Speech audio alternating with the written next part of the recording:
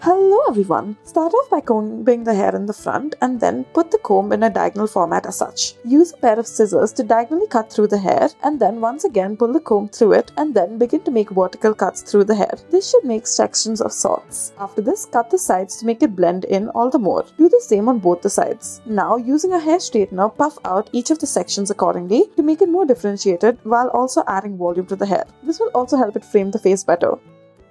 Next, take the front section of the hair, put it at the front, bring it to one side and then cut it at the level of the chin. Now pull a comb through it and then using the scissors, make vertical cuts to it to make it look all the more natural. Take one of the sides, pull a round brush comb through it and then use a hair dryer to give it a little bit more volume. Do the same for the bottom as well, curl the edges and then use a hair dryer on it. This is what it should finally look like. Set the hair in place, comb it.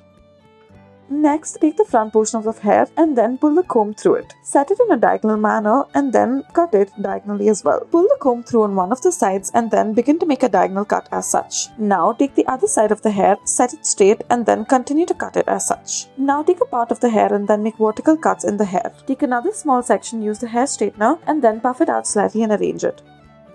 Take the front section of the hair, twist the hair and then cut it straight at around the eye level. Twist the side portion of the hair as well on either side and then cut it at around the level of the nose. Now take the center portion and then make vertical cuts on it. Do the same on the other side as well. Taking a stick, curl the hair around the stick and then use a hair straightener on it. This will help curl the hair. Make multiple sections out of the front of the hair and do this for all of these sections. Then comb it in place. Thank you for watching.